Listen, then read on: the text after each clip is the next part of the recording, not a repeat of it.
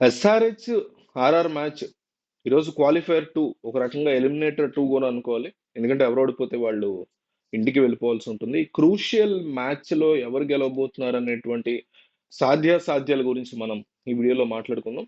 So వీళ్ళనంత ఎక్కువ మందికి SRH related interest ఉన్న వాళ్ళందరికీ కూడా ఈ వీడియో షేర్ చేయండి.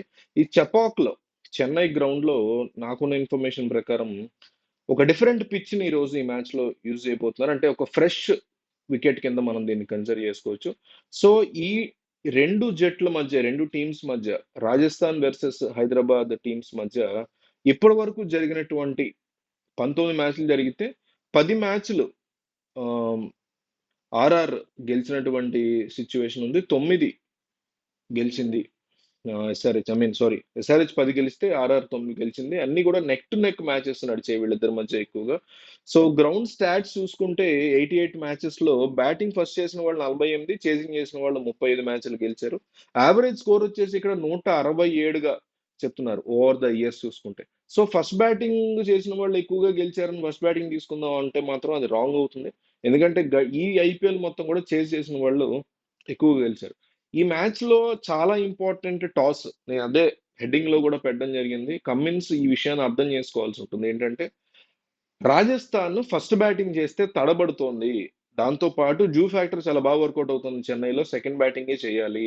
లేదు మేము చాలా స్ట్రాంగ్ గా ఉన్నాం, అగ్రెసివ్ టీం అనుకుని మొన్నట్లాగా కేకేఆర్ మీద లాగా గనక ఫస్ట్ బ్యాటింగ్ చేసేటువంటి రిస్క్ ని గనక కమిన్స్ తీసుకుంటే డెఫినెట్లీ మ్యాచ్ చాలా డేంజర్ లో పడుతుంది. ఓడిపోతారు అంటలేదు కానీ డేంజర్ లో అయితే పడుతుంది. First of all Rajasthan first batting చేసినప్పుడు తడబడుతున్నారు, బాగా తడబడుతున్నారు. అట్లాగే సెకండ్ బ్యాటింగ్ చేసే వాళ్ళకి ఈ గ్రౌండ్ లో జూ ఫ్యాక్టర్ హెల్ప్ అవ్వబోతుంది. సో డెఫినెట్లీ టాస్ మాత్రం గెలిస్తే కమిన్స్ సెకండ్ బ్యాటింగే తీసుకోవాలి, అందులో క్వశ్చన్ లేదు. అంటే బౌలింగ్ తీసుకోవాలి, అందులో క్వశ్చన్ లేదు. ఇది చాలా ఇంపార్టెంట్ ఫ్యాక్టర్. దీంతో పాటుగా నేను ఇది చేశా ఫోర్కాస్ట్. మ్యాచ్ కి ఏం ఛాన్సెస్ అసలు లేవు, అస్సలు లేవు, ఛాన్సే లేదు. బట్ స్టిల్ మీకు ఇన్ఫర్మేషన్ కోసం రిజర్వ్ డే కూడా ఉంది ఈ మ్యాచ్ కి. సో ఇది పిచ్ రిపోర్టు.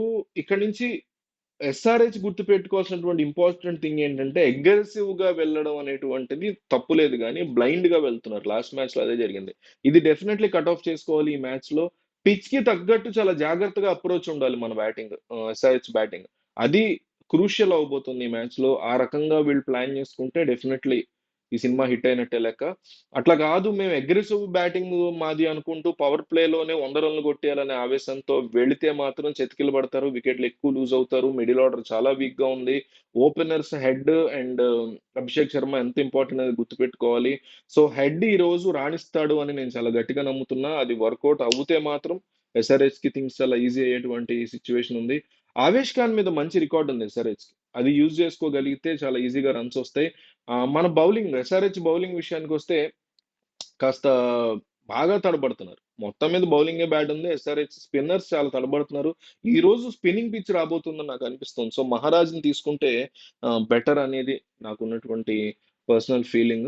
అట్లాగే మొన్న ఫెయిల్ అయినటువంటి కమిన్స్ కానీ భువీ కానీ ఈరోజు వికెట్ టేకర్స్ అవ్వాలి. నటరాజ్ ఎకానమీ బాగా మెయింటైన్ చేశాడు, వికెట్లు తీయలేదు. కానీ అంతవరకైనా పర్వాలా. భువీ వికెట్లు తీయాల్సినటువంటి క్యాండిడేట్, అతను తీయాలి. Cummins very important candidate, captain. ఈ రోజు తన సత్తా చూపించి ఫైనల్స్ కి తీసుకెళ్లాల్సి ఉంటుంది ఎస్ఆర్హెచ్ ని. అట్లాగే నా ఉద్దేశంలో గ్లెన్ ఫిలిప్స్ ని మయాంక్ మార్కండే వీళ్ళిద్దరిని తీసుకోవాలి. ఎందుకంటే ఫిలిప్స్ బ్యాటింగ్ కి స్ట్రాంగ్ అవుతాడు, మార్కండే స్పిన్ పిచ్ ఇచ్చే ఛాన్సెస్ ఉన్నాయనిపిస్తుంది ఈ రోజు. సో డెఫినెట్లీ స్పిన్ కి హెల్ప్ అవుతాడు. ఫిలిప్స్ కూడా పార్ట్ టైం చాలా బాగా బౌలింగ్ వేస్తాడు.